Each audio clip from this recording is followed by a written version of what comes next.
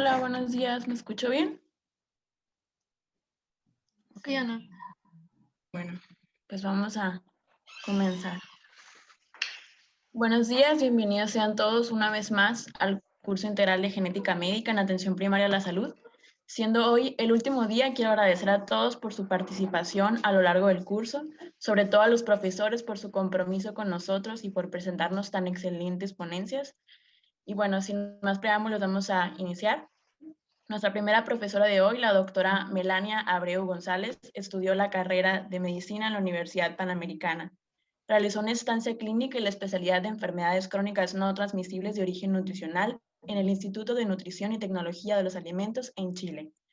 La especialidad en genética médica la realizó en el Hospital Infantil de México Federico Gómez. Es socio fundador de Genos Médica como centro especializado en genética. Además, ejerce como médico genetista en el Centro de Cáncer del Centro Médico ABC y médico interconsultante en el Hospital Español. Aunado a esto, la doctora colabora como revisor de la revista Acta Pediátrica, es profesora titular de la asignatura de Embriología y Genética y profesora invitada en Genética Médica en la Escuela de Medicina de la Universidad Panamericana. Ha realizado varias publicaciones y aportaciones en el área de genética y se encuentra certificada por el Consejo Mexicano de Genética Humana. Presentándonos la ponencia, el papel de la farmacogenómica en la medicina actual, démosle la bienvenida a la doctora Melania Abreu González. Doctora, le cedo la palabra. Muchas gracias. De antemano quiero agradecer la oportunidad para platicar con ustedes de este tema. La verdad es que cada día la genética, así como lo estamos viviendo en este contexto mundial de pandemia, nos ha dejado ver que necesitamos estas herramientas en nuestra práctica clínica y que poco a poco vamos entendiendo cómo estas ventajas que vamos entendiendo sobre el genoma nos pueden ayudar a poder dirigir tratamientos.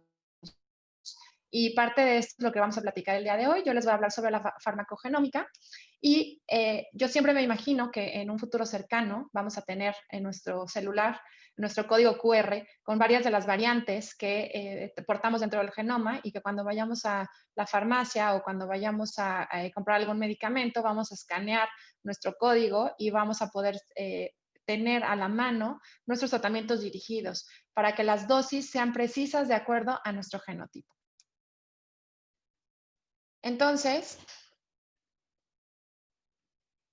vamos a tocar un par de conceptos. El primero es, ¿qué es la farmacogenómica? Bueno, pues la farmacogenómica como tal va a ser la ciencia que estudia el efecto de la administración de estos fármacos y la expresión en una gran cantidad de genes. Si vemos en la imagen, entonces vamos a hablar como a gran escala, sería lo que es farmacogenómica, y la farmacogenética lo que va a ayudar o lo que va a estudiar es estas variaciones entre los individuos como una base de la respuesta a drogas.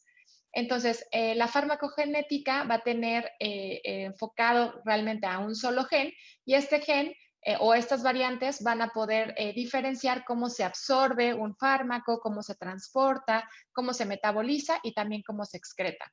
En este mismo contexto, entonces, la secuencia de este gen va a tener implicaciones sobre la farmacocinética y la farmacodinámica y posteriormente eso va a generar la diferenciación entre un individuo y otro bajo el consumo del mismo fármaco. Entonces, ¿por qué podemos tener estas variaciones? Pues las variaciones se encuentran o se pueden cuantificar en estos niveles plasmáticos de los medicamentos en sangre y puede haber algunas interacciones, inclusive fármaco-fármaco, fármacos con la alimentación. Sabemos que hay algunos que si se consume alcohol, por ejemplo, podemos tener modificaciones o más efectos adversos. Las mujeres versus los hombres, también entre el sexo en cuanto a tener más o menos efectos adversos. La edad, si hay alguna enfermedad de base, por ejemplo, si tenemos una mala depuración renal o alguna falla hepática, pues obviamente la depuración de estos fármacos va a ser mucho más lenta y pueden intoxicarnos. Obviamente el embarazo es un estado en donde aumenta el requerimiento metabólico y también la cantidad de sangre y también por eso podemos tener diferentes variaciones. Además, de lo que puede pasar con efectos teratogénicos. Y pues obviamente estas variaciones pueden ser debidos a cambios dentro de la genética de cada uno de estos individuos. Entonces, como ya comentamos, vamos a hablar prácticamente de 4 puntos importantes con respecto a esta farmacogenética que puedes dirigir sobre todo a estos efectos adversos que pueden tener los fármacos o las drogas.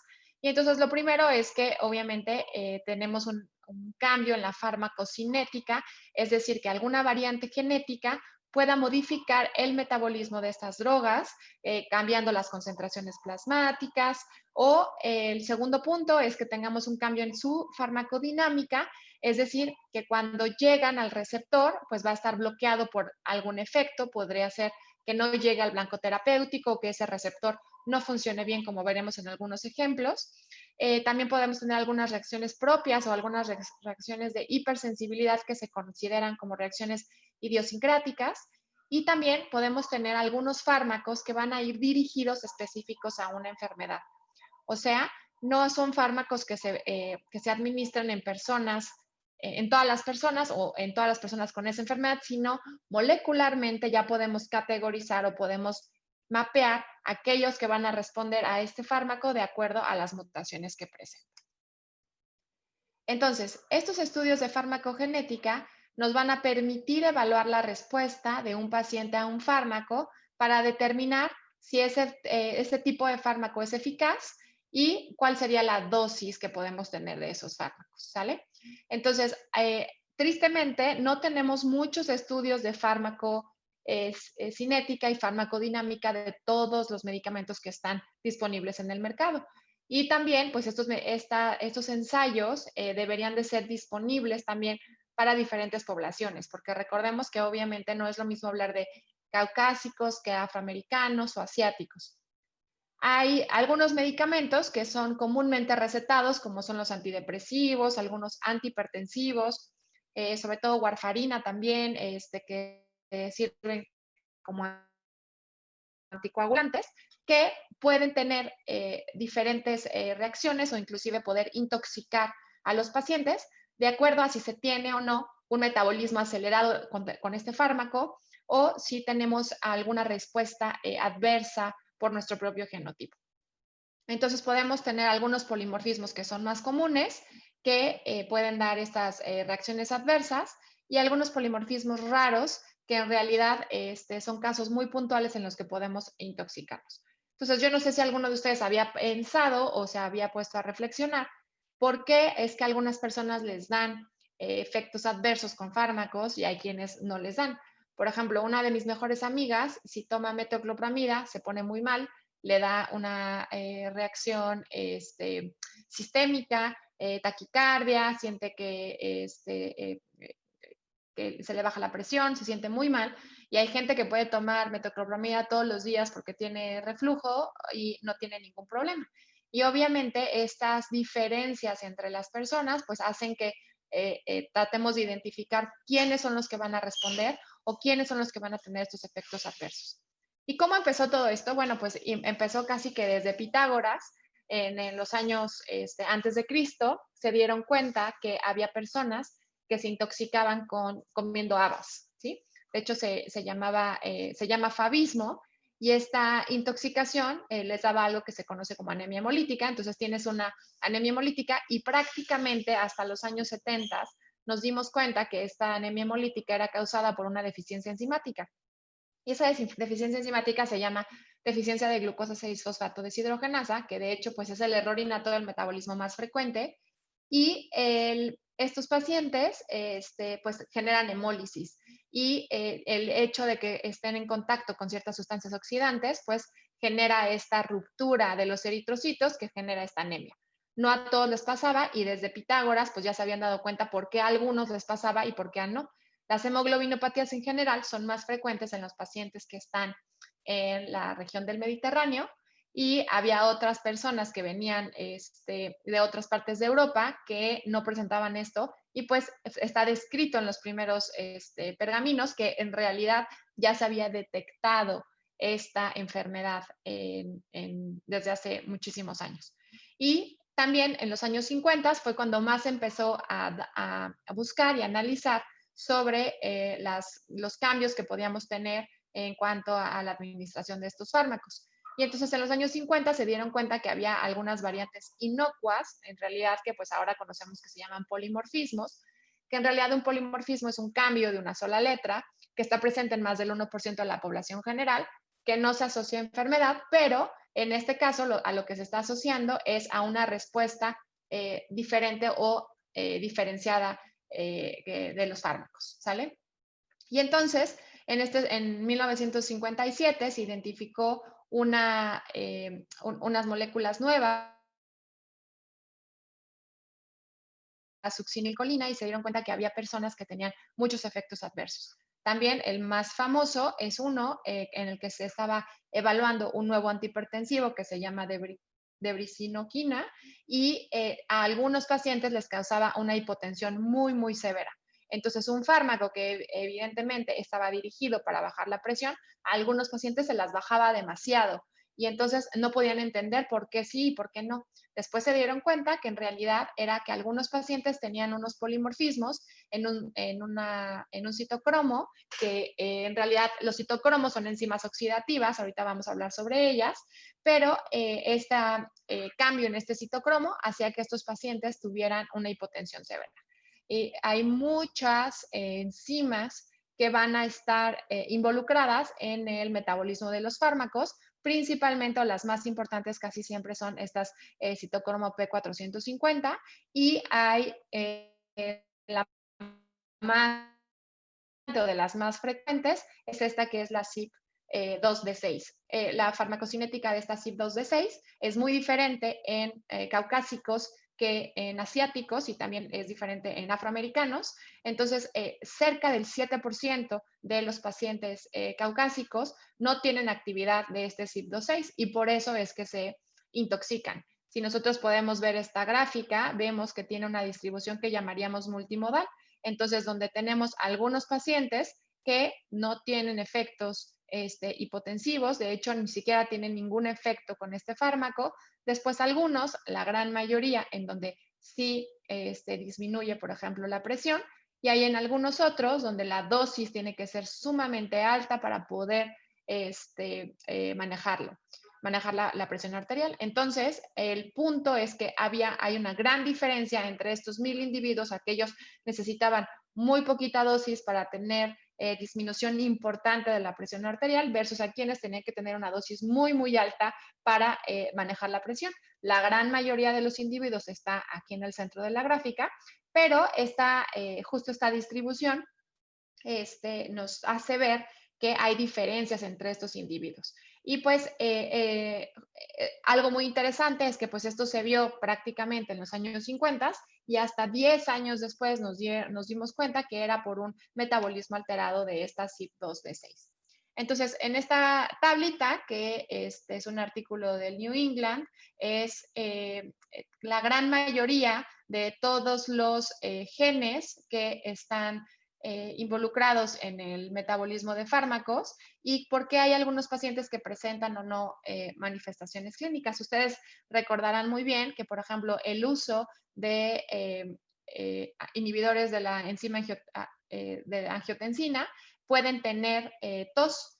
¿Y por qué tienen todos estos pacientes? Bueno, pues ya sabemos que tienen un polimorfismo en este gen de la bradicinina en el receptor B2 y son homocigotos para el alelo T, y los pacientes que son homocigotos para el alelo T van a tener tos a la administración, por ejemplo, de captopril. Y entonces nosotros nos acordamos o recetamos que pues tome captopril una vez al día o cada 24 horas y puede presentar un efecto adverso que puede ser tos y sabemos que en realidad es debido a un cambio a nivel de la secuencia de este gen y eso es lo que condiciona. Y prácticamente así se han podido estudiar la gran mayoría de los fármacos comunes, ¿sí? Entonces, no tenemos estudios de todos, no tenemos estudios en todas las poblaciones, pero al menos sí podemos saber cuáles serían los cambios que hay en estos genes que están asociados a la administración de los fármacos más comunes. Por ejemplo, entonces, ¿qué pasa con este CYP2? Entonces, ya les dije que hay varios, entre ellos el más común, el CYP2D6. En CYP2D6 hay muchas variantes y estas variantes van a ser de acuerdo a lo que pasa en el gen. Entonces, el gen puede estar perdido, puede estar delecionado y por lo tanto no hay una enzima, no tenemos un metabolismo y entonces estos pacientes tienen estas serían las variantes o estos serían sus genotipos.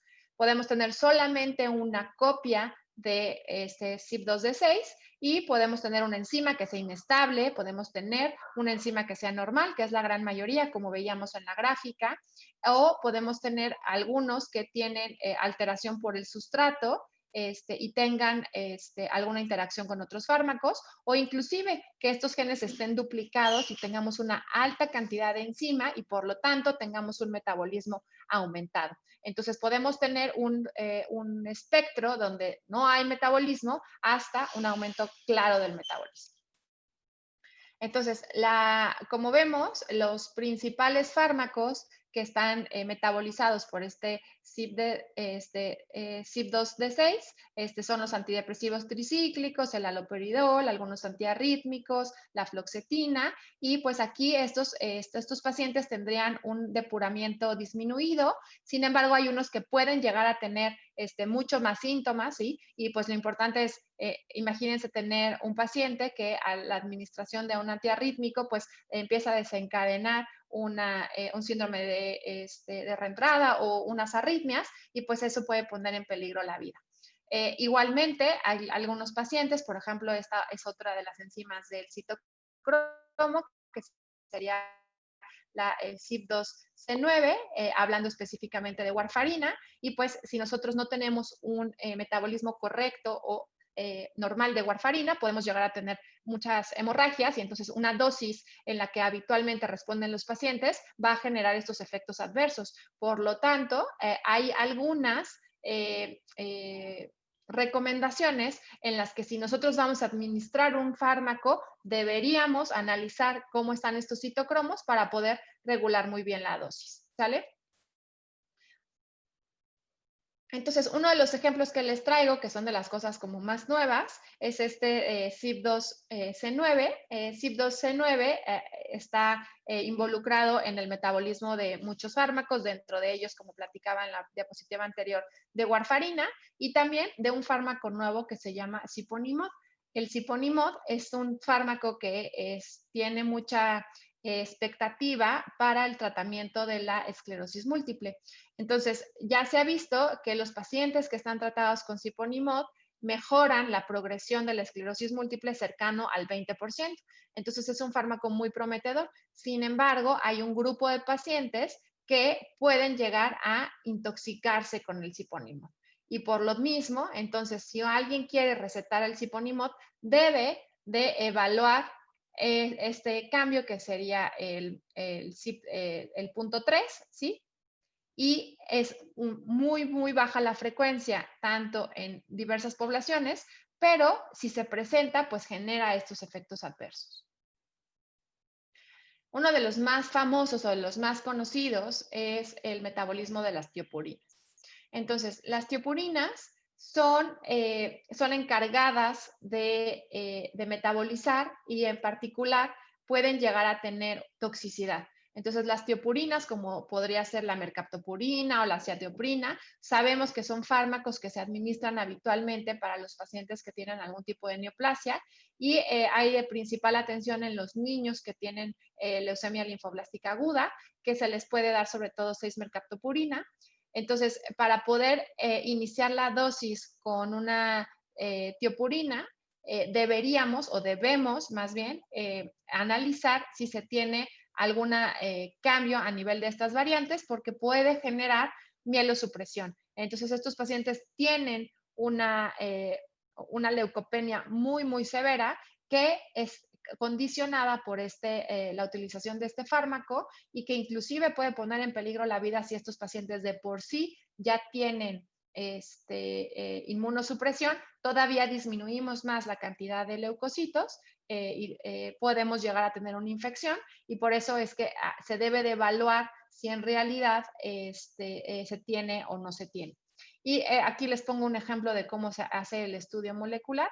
Este gen se conoce ya su secuencia, se conoce dónde están los polimorfismos y aquellos que se tienen conocidos estos polimorfismos, pues van a disminuir la actividad enzimática y por lo mismo que disminuye la actividad enzimática, pues necesitamos una reducción de dosis. Pero es una reducción de dosis muy significativa. Es decir, si nosotros tenemos una mutación en el tipo 3, por ejemplo, yo requiero disminuir la dosis un 90%.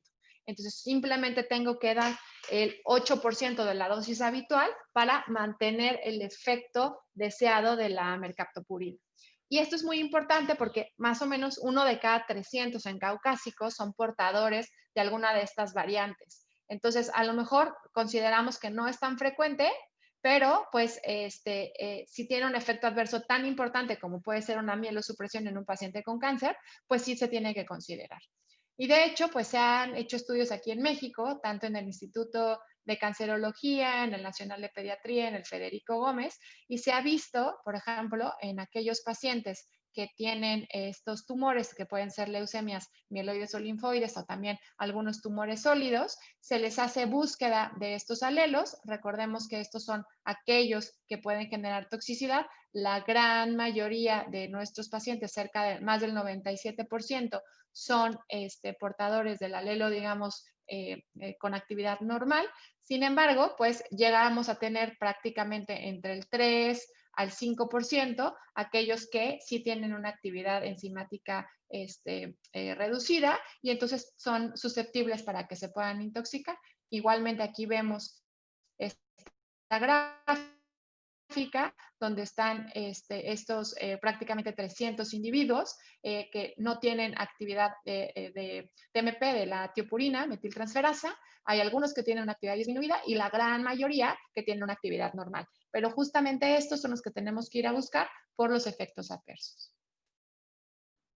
En ese mismo contexto, pues tenemos una enfermedad que a lo mejor conocen algunos de ustedes que se llama hipertermia maligna. Entonces, la hipertermia maligna es causada por el uso de algunos anestésicos y esta enfermedad tiene una herencia autosómica dominante y va a causar reacción tanto anestésicos inhalados como algunos relajantes musculares. Y los pacientes empiezan a tener fiebre, contracciones musculares sostenidas y empiezan a entrar en un hipercatabolismo. De hecho, los pacientes se ponen muy, muy graves. Los anestesiólogos están preparados. Aquí inclusive hay como una caricatura, pero los pacientes se ponen muy, muy graves. De hecho, hasta se les pone prácticamente hielo para tratar de controlar la temperatura, por eso se conoce como hipertermia maligna, pero puede llegar a tener una apnea. Entonces, estos pacientes se tienen que manejar muy, muy rápido. Es raro la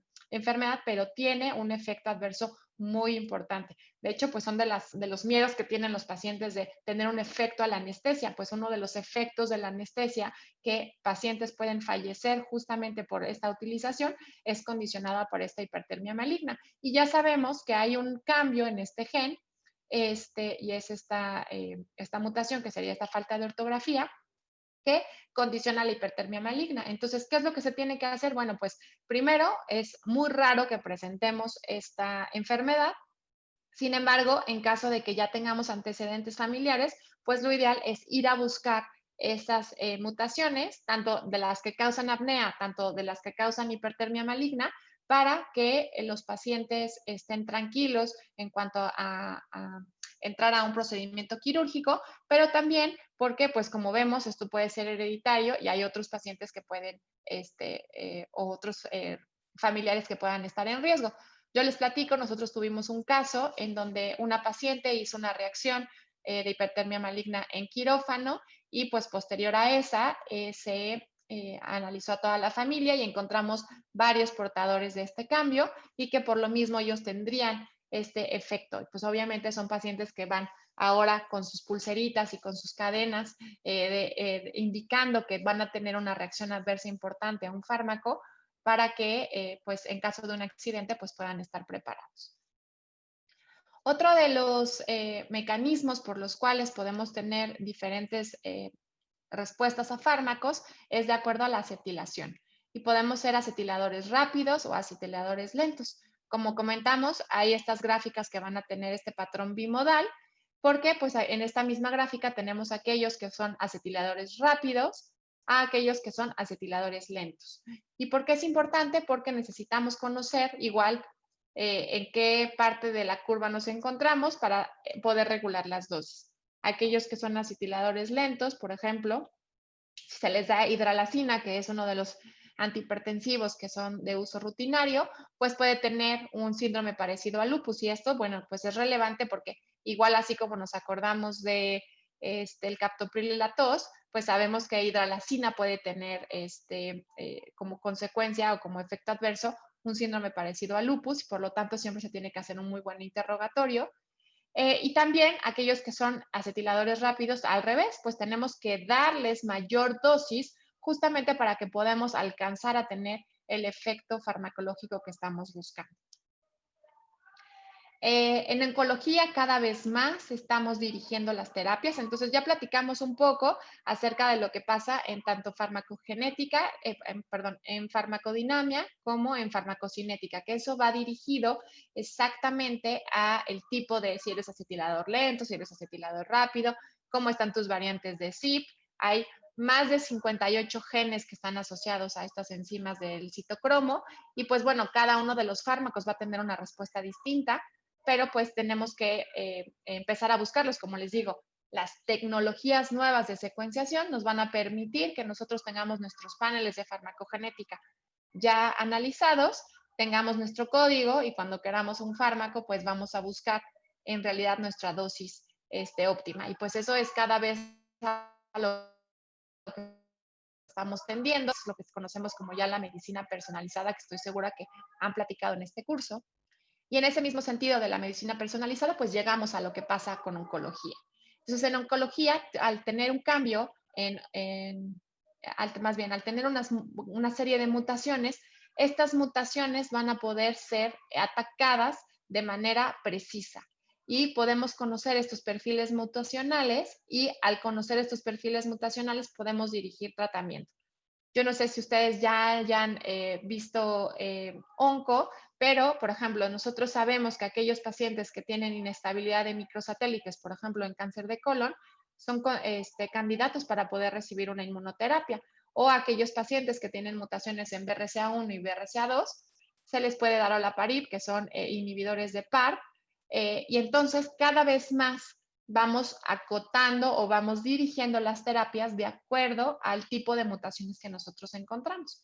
Entonces, es diferente hablar de las mutaciones que tenemos en todo nuestro genoma, que hablamos de línea germinal o que tenemos en toda nuestra información, a hablar ya específicamente de un tumor. Ese tumor va mutando, esas mutaciones van siendo específicas y esas mutaciones las podemos atacar con blancos terapéuticos. Entonces, hay muchos blancos terapéuticos. Sé que el más famoso o el que más estamos habituados, y ahorita lo vamos a ver también, es el imatinib, que está dirigido a la leucemia mieloide crónica, pues, y el imatinib, pues en realidad es un inhibidor de tirosinquinasa que va a estar dirigido a la fusión de BCR-ABL1 y es una de las primeras, si no fue más bien la primera, que tenía como tratamiento dirigido y este tratamiento es altamente efectivo. Pero las células pues van siendo inteligentes y van teniendo mutaciones adicionales. Entonces podemos empezar a tener mutaciones de resistencia al imatinib y por lo mismo pues hay otros fármacos de segunda o tercera generación en donde cuando ya tuvimos una mutación o una resistencia para el imatinib, pues entonces ya no tenemos que dar imatinib, sino tenemos que dar otro que se llama ponatinib. Y así podemos ir dirigiendo cada uno de los fármacos de acuerdo a la genética propia del tumor o a las mutaciones que vamos adquiriendo de resistencia. Una de ellas también, que cada vez se da más, pues entiendo que está igual, también ya la conocen, que es el del HER2, o cuando nosotros tenemos amplificado en los pacientes con cáncer de mama, HER2, pues se les da el trastuzumab, que es una terapia dirigida, y evitamos que los pacientes lleguen con otros tratamientos de quimioterapia y ya se da de manera dirigida. Igualmente, en el cáncer de pulmón podemos dar inhibidores del receptor de crecimiento epidermal o de ALK. Entonces, como ven, hay muchos fármacos que de acuerdo a las mutaciones, pues vamos a dirigir de manera precisa.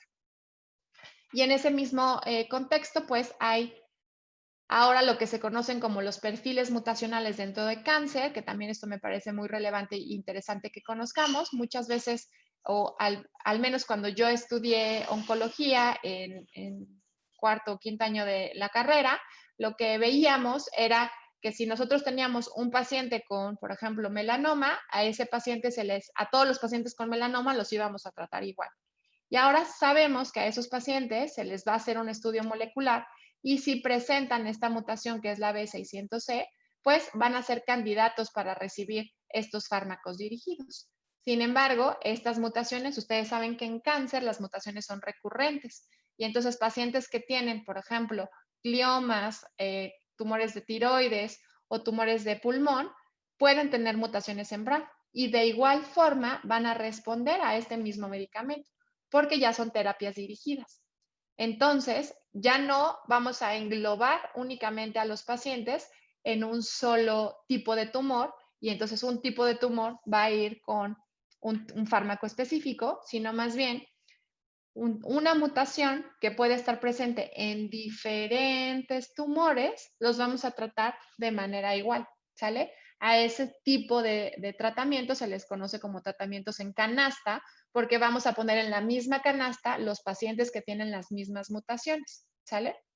Y en aquellos pacientes que podemos identificar, por ejemplo, los dos pueden tener mutaciones en PIK3, que son también de las nuevas y de las frecuentes, tanto en cáncer de colon como en melanoma. Y entonces los vamos a poder diferenciar. Aquellos que tienen mutaciones en este gen, se les va a dar un fármaco versus los que no lo tienen, aunque estemos hablando del mismo tipo de tumor. Y entonces así ahí vamos, pues ahora sí que desmenuzando, pudiendo encontrar específicamente las terapias o el tratamiento que va a ir ya a la genética propia del tumor, tanto del tumor como a la propia genética de resistencia, ¿no? Entonces ya no nada más es un evento único, que eso es algo también muy relevante por hacer. Entonces, a veces es difícil ver cómo vamos a analizar estas mutaciones. Yo no sé si ustedes sepan, pero estas mutaciones normalmente las encontramos porque ya fueron por una biopsia o porque ya extrajimos el tumor se analiza en patología, se extrae el DNA y podemos analizar las mutaciones propias del tumor. Sin embargo, pues si yo ya hice una resistencia, pues es muy difícil que volvamos a hacer una cirugía para volver a ir al tumor y volverlo a biopsiar. Y en realidad lo que ahora se hace es algo que se conoce como biopsia líquida. Y entonces tomamos sangre del paciente, él tiene dentro de su circulación o dentro de la sangre algunos fragmentitos de ese tumor que se está desprendiendo y podemos ir a buscar las mutaciones que tiene en sangre periférica. Y eso pues también nos va a permitir poder ir dirigiendo las terapias de manera mucho más precisa.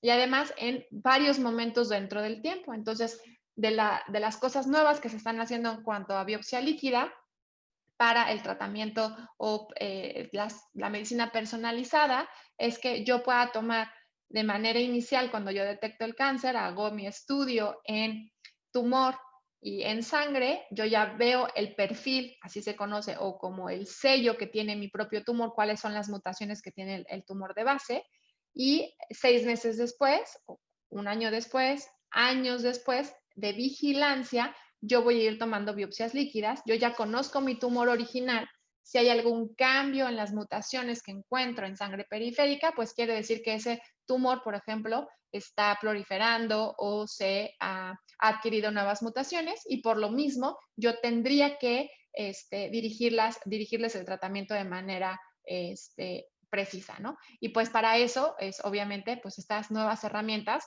que si bien son caras, pero van a tener una repercusión y yo creo que ustedes cuando terminen la carrera van a ser herramientas que van a ser mucho más accesibles porque esto cada vez está siendo mucho más barato.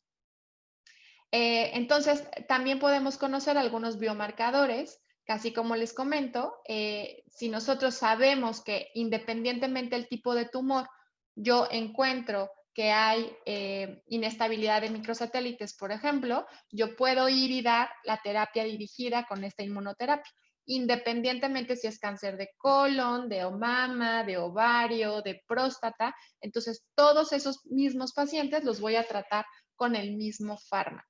Y pues obviamente también la industria farmacéutica tiene este interés en que nosotros tengamos a la mano el poder buscar por ejemplo, esta inestabilidad de microsatélites para, independientemente del tumor, poderles dar el tratamiento, porque pues obviamente la repercusión económica o poder solicitar estos fármacos, que si bien no son nada baratos, pero los seguros de gastos médicos muchos los cubren, entonces podríamos darle un beneficio adicional a ese paciente, porque entonces, recuerden, ya no es que estemos tratando un tumor como lo trataríamos a toda la población, sino estamos tratando un tumor de acuerdo a las mutaciones propias que ese tumor tiene. Y entonces, pues es un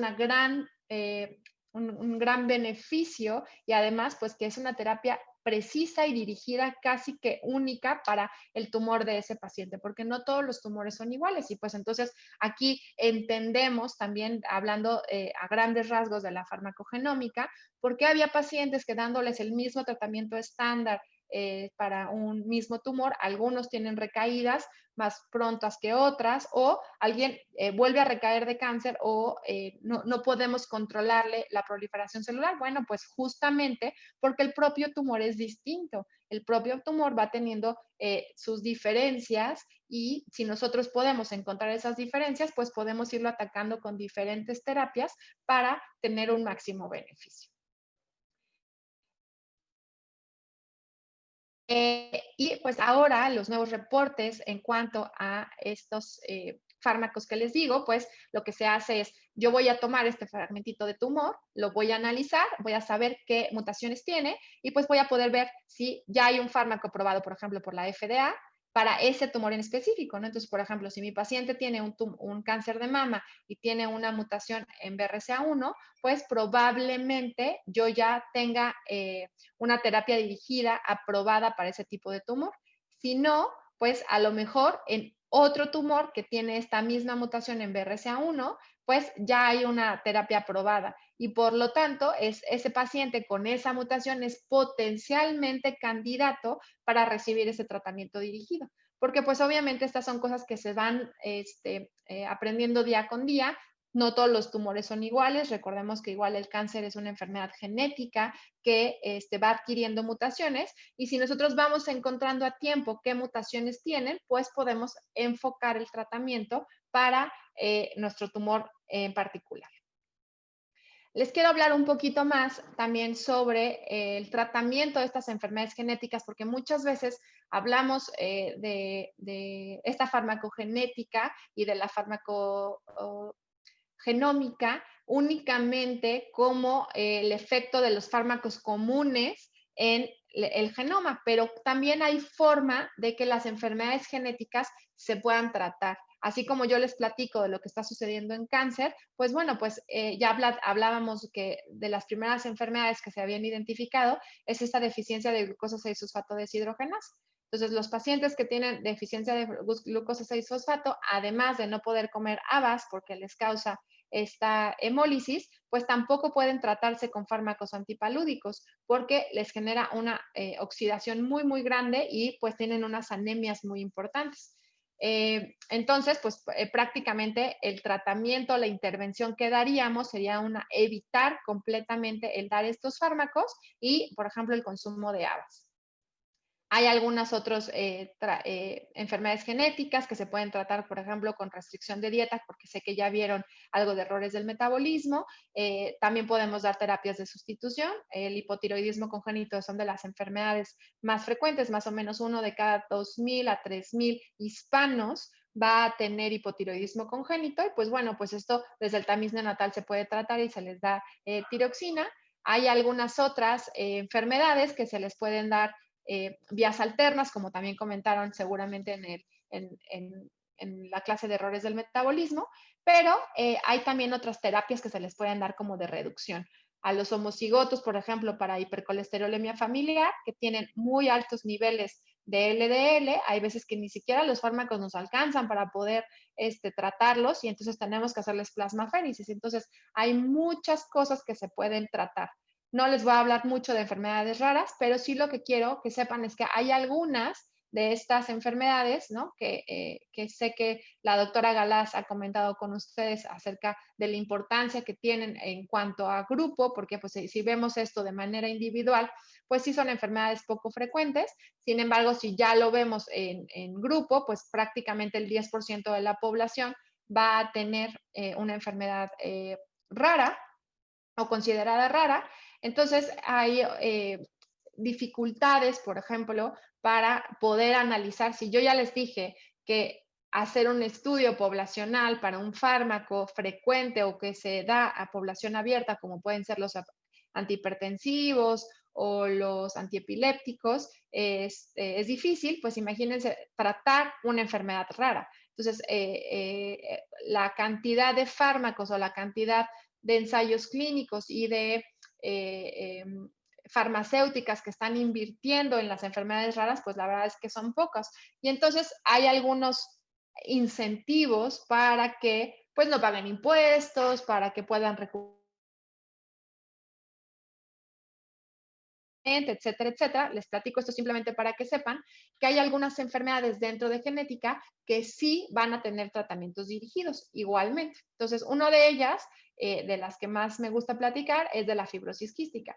No sé si vieron fibrosis quística cuando platicaron a lo largo del curso, no les quiero detallar mucho, sin embargo, pues es de las enfermedades más frecuentes en caucásicos, más o menos uno en 6,000, en el resto del mundo. En México se piensa que es más o menos de 1 en 8,000.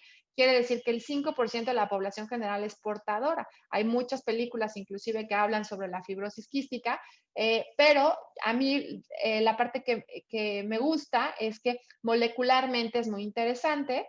Estos pacientes lo que tienen es un transporte anormal de este receptor de cloruro y de sodio, y las secreciones se empiezan a hacer muy espesas, se empiezan a hacer saladas, como saben, y los pacientes se pueden empezar a complicar porque obviamente empiezan a tener disfunción a nivel pulmonar y también a nivel pancreático. Entonces, dependiendo en dónde estén las mutaciones, van a tener ciertas manifestaciones clínicas de acuerdo a qué tanto funciona nuestro receptor o qué tanto no funciona. Entonces, podemos tener mutaciones en clase 1, en donde tenemos mutaciones a nivel de la secuencia del DNA.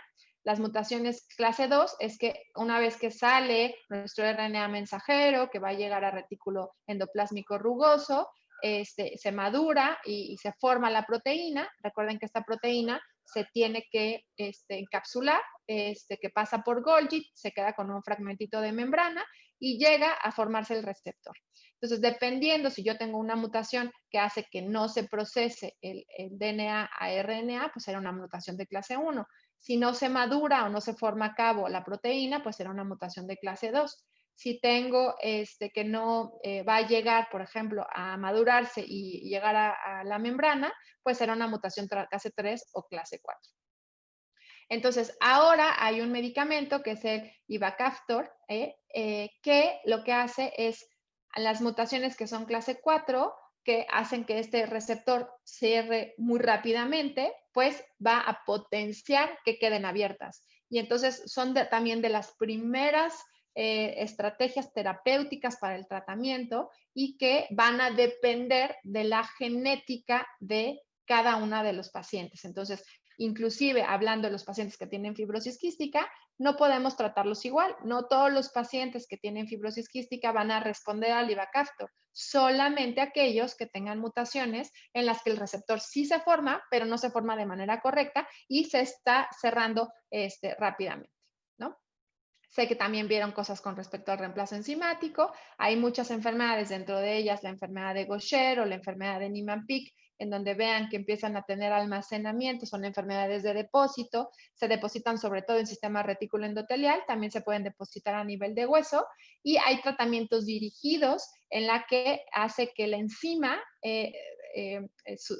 retire este depósito de sustancias y entonces vean a este paciente donde tenía este acúmulo de estas sustancias tóxicas que estaban almacenando en hígado y en vaso, y pues ya es todo un modelo, ¿no? Porque el uso rutinario de una vez a la semana de estos pacientes, pues de este fármaco de vida. Entonces, ya hablábamos un poquito de lo que era el imatinib. Entonces, simplemente a manera de recordatorio, recuerden que tenemos una translocación, que es la clásica de la 922, en donde tenemos parte del cromosoma 9, parte del cromosoma 22 translocado, que hacen un cromosoma muy chiquitito que se llama cromosoma Filadelfia, pero lo que hace es tener la capacidad de unir dos regiones. Entonces vamos a unir una región de un gen que está prendido. Imagínense que fusionáramos un acelerador con un gen que se está sintetizando. Entonces esta proteína de fusión hace que tengamos esta actividad anormal, y esta actividad anormal va a ser controlada por este tratamiento que es el imatinib, ¿no? Entonces ya tenemos la función de BCR-ABL. Al utilizar imatinib, lo que vamos a hacer es bloquear, y por lo tanto disminuimos la cantidad de células tumorales que tienen esta translocación, y por lo tanto se pueden curar los pacientes. Bueno, pues podríamos platicar de muchas enfermedades, de muchos fármacos. Solamente es un esbozo de lo nuevo, de lo que hay por aprender. La verdad es que creo que cada vez va a ser mucho más fácil que nosotros tengamos oportunidad de tener nuestros análisis genéticos a la mano, y que antes de entrar a una cirugía tengamos la certeza de no tener estos cambios para, por ejemplo, hipertermia maligna o para tener una apnea, que tengamos la precaución de no dar tiopurinas cuando nos puede causar una mielosupresión, o, por ejemplo, a otros fármacos que son de uso rutinario, pues a lo mejor modificar nuestra línea de tratamiento si conociéramos